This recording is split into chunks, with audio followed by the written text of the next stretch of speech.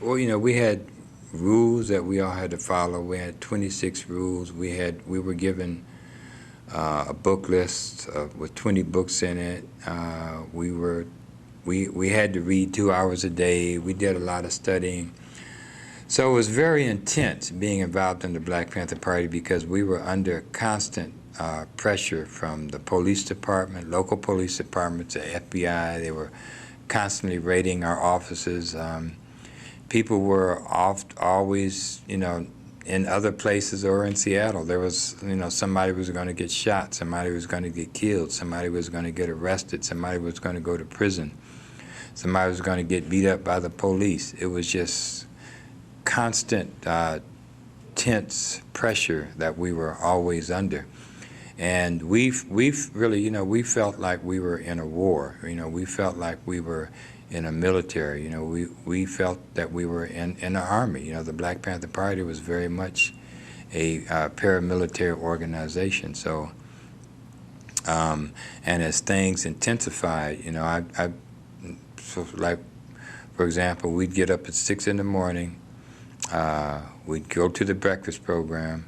We would feed the kids. We'd clean up at the breakfast program. Then we'd go back to the office. We would shower, clean ourselves up. Then everybody had to go out and sell newspapers. The Black Panther newspaper was extremely vital to not only the organization but the people that we were trying to educate.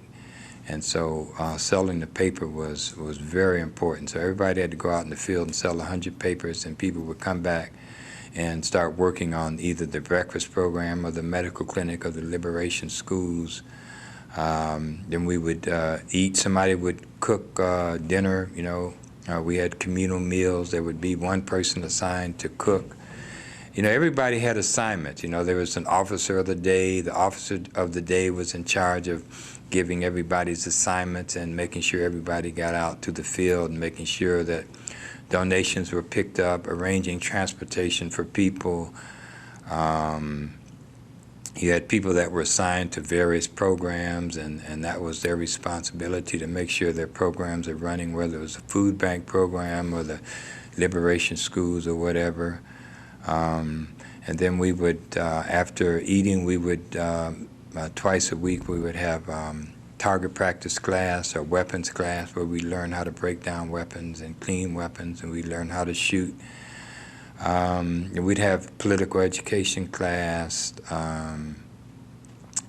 and then the central staff, as it was called here, would have monthly meetings and kind of sit down together and organize and plan things. But we had a lot of meetings. We did a lot of planning.